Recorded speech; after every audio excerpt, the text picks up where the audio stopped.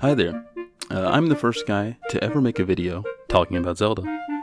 Like most people who have ever touched a video game controller, I've been an enormous fan of the Zelda series since I was a kid.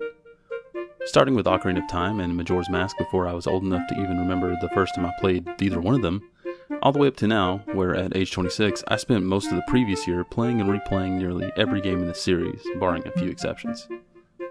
And while all these games are extremely special to me, one in particular stands above the rest.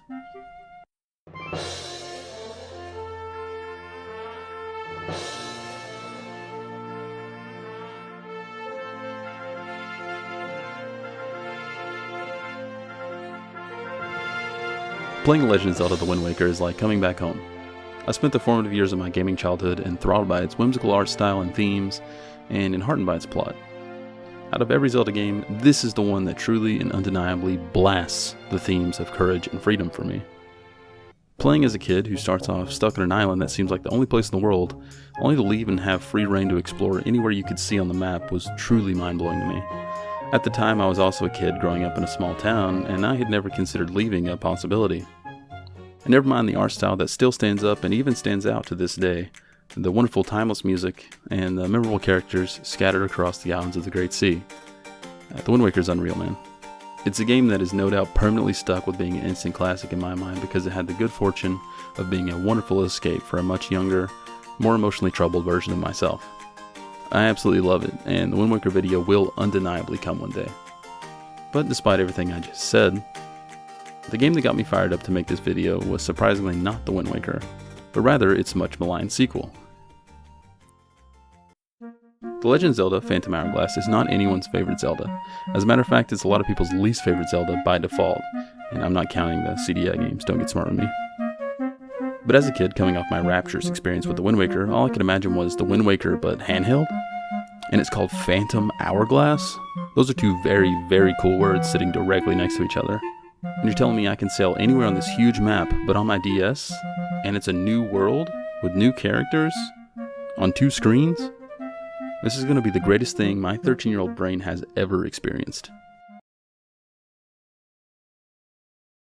I remember exactly how I felt when playing Phantom Hourglass for the first time. Deeply, deeply disappointed.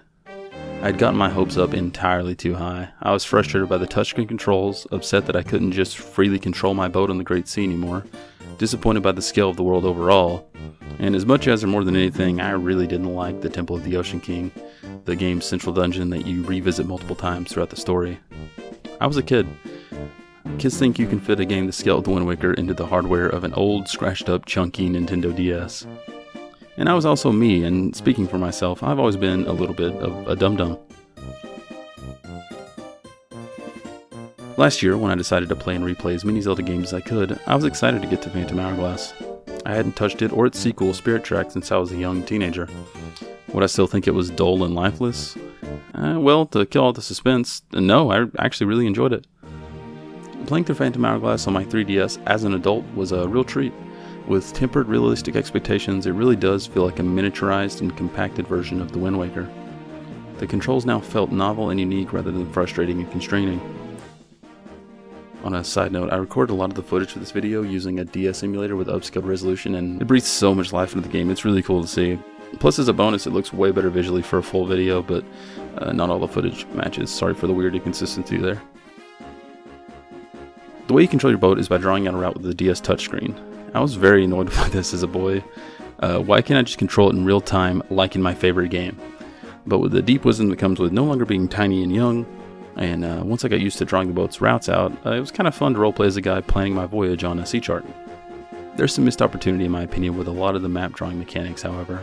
It basically amounts to drawing X's in different places to denote whatever those X's mean to you, because there's not much space on the tiny DS screen for detailed notes, but it's a very unique experience overall.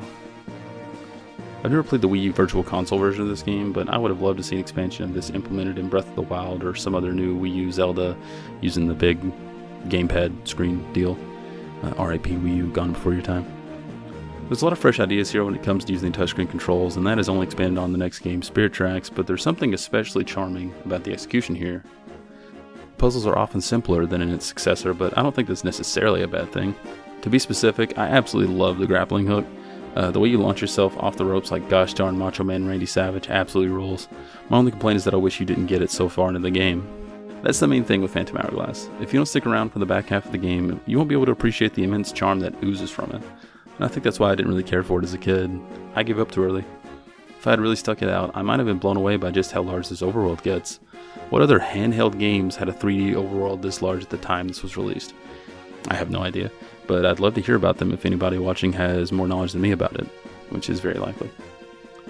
There's no getting around the fact that this game feels underwritten compared to its predecessor, The Wind Waker, but when you're being compared to the best game in the series, it's going to be a rough matchup for anybody.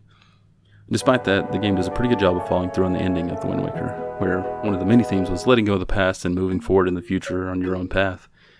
There's no Ganon here, you're fighting Beldam, and there's no Master Sword, you're getting the Phantom Sword.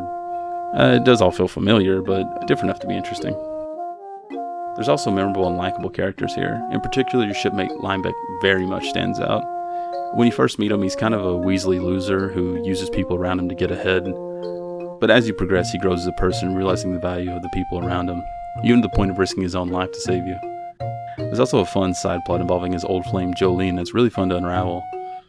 Linebeck is the true main character of Phantom Hourglass.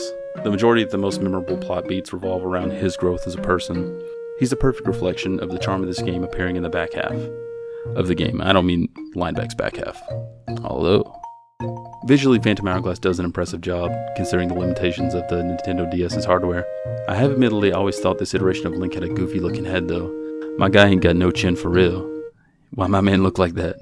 However, I think character and enemy designs are well done, dungeons are varied, and environments do their job, even if they are a little empty feeling at times. Some of these boss fights are really dynamic as well. Gleeok, the two-headed dragon boss from the Temple of Ice, is a joy to fight because you battle it through the use of the grappling hook, the best item in the game. Eox, the final boss of Mudo's Temple, imagine saying that to my grandmother and laughing, makes really cool use of the dual screens of the DS. Each of these boss encounters builds on each other until you reach the final boss, Beldam, which is a really fun fight in its own right that really sets in stone the character arc of Linebeck. Perhaps the largest tragedy of Phantom Hourglass is what we missed out on as far as island design is concerned. I really fell in love with some of the concept art, this one in particular. Look at this Howl's Moving Castle looking ass island. As they are, the islands serve the purpose as well, but if we had gotten some of these concepts implemented, I feel like there would have been a lot more meat to the exploration and discovery aspects of landing on a new island. Maybe it's just my childlike whimsy, ignorance, and dum-dumness rearing its head again, but I would have loved to get lost exploring a huge island city castle thing like this. And I can't forget to talk about the music. While I was writing this, I listened to the soundtrack and really enjoyed the renditions of what are basically a lot of Wind Waker tracks. They do feel a little more dinky than the full-fat originals, but the stripped-down instrumentation suits the tone. This is a simpler story and game, not quite the grand epic that Wind Waker was. I particularly loved the track Island Life, which you can hear right now.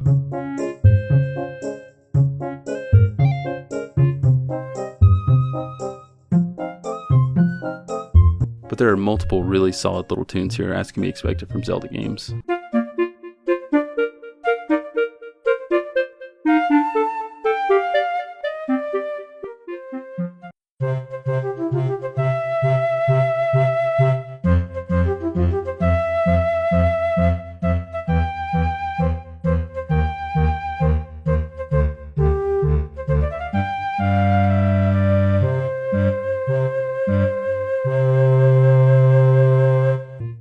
I believe it's the secret 11th commandment that says that Zelda games shall always have the most ripping, chill background music. Of course, I have to address the biggest roadblock to enjoyment of Phantom Hourglass for a lot of people.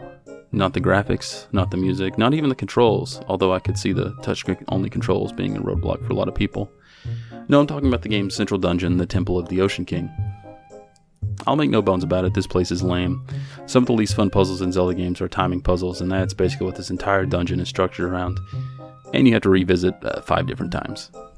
That's at least 2 or 3 times too many. I got so frustrated here as a kid because I thought I had to trudge through the exact same rooms multiple times with these unkillable enemies lurking around, and I was so not interested in dealing with that. As an adult, I realized that new items you collect allow you to progress through the different floors in different, more expedient ways, and in turn you really shave off a lot of the lost time that accumulates when you're not wasting it trying to solve each room the long way every time. It would have been really nice to have this knowledge as a kid, although to be fair, we've already established that kid was a dum-dum. The Temple of the Ocean King still kinda sucks though. It's not a game ruiner and it has its moments, but it's overall pretty drab and frustrating for a place you're required to revisit multiple times. I don't want to end on a negative note though. Phantom Hourglass finishes strong and overall left a lasting positive impression on me. It's a comfy story that feels familiar while not getting bogged down by too many of the common Zelda tropes. Probably goes without saying that this isn't my favorite Zelda, handheld or otherwise. If I had to place it in a Zelda tier list, it would probably be somewhere in the B tier, in the neighborhood of Link's Awakening and the Minish Cap, which are two other great games in their own right. The Legend of Zelda is a great series, one of, if not my favorite series ever even. Like I said, I'm probably the first guy to ever think this. It's brimming with great games, and I hope to get in depth on the other games in the future. My point in saying all this is that Phantom Hourglass is an underrated gem on the DS that I think deserves a little more appreciation. Although I wouldn't say it's the most underrated Zelda, that honor goes to Minish Cap.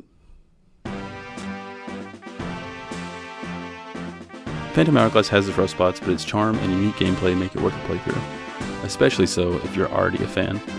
Or if Wind Waker is also your favorite. Maybe just make sure your expectations are a little more tempered than a dumb kid.